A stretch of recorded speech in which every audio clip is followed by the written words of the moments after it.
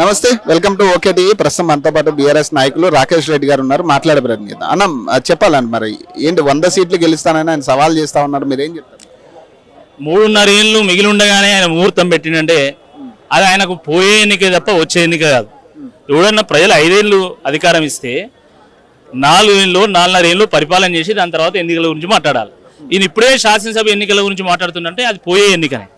ఇంకా 2 ఏళ్ళు కూడా కాలే, ఇప్పుడే నువ్వు ఎన్నికల గురించి మాట్లాడుతున్నావు అంటే ఇంకొక విషయం అర్థం చేసుకోవచ్చు. అంటే ఇక చేసేది ఏం లేదు, ఇక చేసేది ఏం లేదు, మేము ఎన్నికల పోతాం, మీరు ఓట్లు వేయండి అంటే ప్రజలు అమాయకులా? ప్రజలు ఎట్లా కనబడుతున్నారు నీకు? గ్యారంటీలకు వ్యారంటీ లేకుండా పోయింది, హామీలకు అడ్రస్ లేకుండా పోయింది. ఈ నేపథ్యంలో నీకు ఓట్లు వేయడానికి ప్రజలు సిద్ధంగా ఉంటారా? 100 ఓట్లు కాదు, 100 ఓట్లు కాదు, ఇప్పుడు జరగబోయేటువంటి స్థానిక సంస్థల ఎన్నికల్లో కనీసం ఒక 50% సీట్లు ఫస్ట్ తెచ్చుకోండి, తర్వాత మీరు 100 సీట్లు. స్థానిక సంస్థ ఎన్నికలు ఉంటాయా? స్థానిక సంస్థ ఎన్నికలు ఉంటాయి, ఎందుకంటే ఒక పక్క బీసీ నినాదం జరుగుతా ఉంది. నిండా ముంచలేదు బీసీలని. ఈరోజు బీసీ కులగన అన్నారు, ఓకే, అది అరకొరగా చేసిండు, దానివల్ల బీసీలకు నష్టం జరిగింది తప్ప లాభం చేయలేదు. పోనీ 42% మీరు రిజర్వేషన్ ఇస్తామన్నారు కదా, ఇవ్వండి. మిమ్మల్ని ఎవరు అడుగుకుంటుండ్రు? ప్రభుత్వంలో ఉన్నది ఎవరు? మీరే కదా. మరి 42% రిజర్వేషన్ మీరు ఎందుకు ఇవ్వడం లేదు? ఇవ్వకుండా మీరు ఎన్నికలకు ఎట్లా పోతారు? తప్పకుండా దాని విషయంలో బీఆర్ఎస్ పార్టీ నిక్కచ్చిగా నిలబడుతుంది, బీసీల పక్షాన తప్పకుండా కొట్లాడుతుంది. సవాల్ టైం అయిపోయింది, మరి ఏం చెప్పదలుచుకున్నారు మరి రేవంత్ రెడ్డి? ఏమున్నది, రేవంత్ రెడ్డి గారికి రచ్చ చేసుడు తప్ప చర్చ చేయడం రాదని ఆల్రెడీ కేటీఆర్ గారు చెప్పిండు. అది వాస్తవం అనేది ఈరోజు ప్రజలకు అర్థమైపోయింది.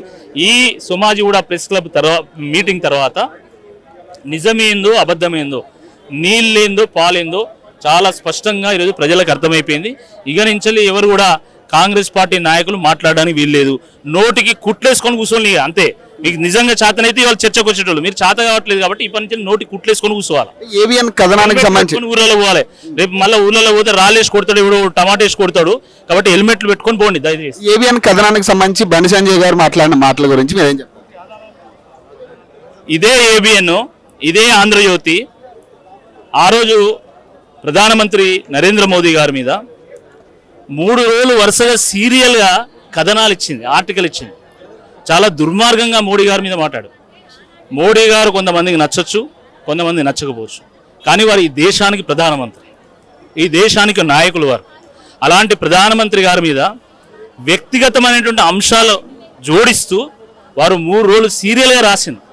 దాని మీద బీజేపీ నాయకులు మాట్లాడితే బాగుంటుంది, అంతే తప్ప ఆంధ్రజ్యోతి ఒక ప్రెస్, అదొక మీడియా ఛానల్, ఒక వార్తాపత్రిక, దాన్ని తప్పకుండా మేము గౌరవిస్తాం.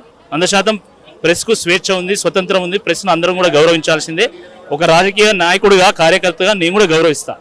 కానీ ముఖ్యమంత్రి గారి మీద లేదా కేటీఆర్ గారి మీద, గతంలో ప్రధానమంత్రి గారి మీద వ్యక్తిగతమైన అంశాలను జోడిస్తూ ఈ రకమైనటువంటి ఆర్టికల్స్ రాయడం మంచిది కాదనేది నా భావన. Thank you.